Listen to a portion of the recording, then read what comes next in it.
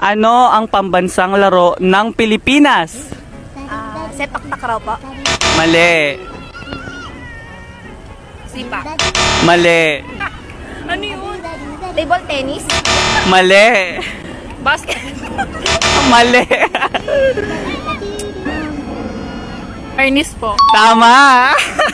Ano ang tawag sa panulat ng mga Pilipino noong panahon ng Kastila? Luma. Tama.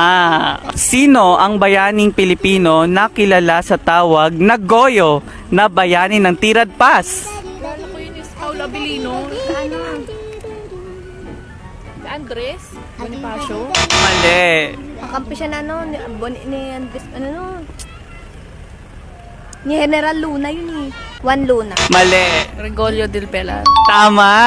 Ano ang kulay ang nasa bandila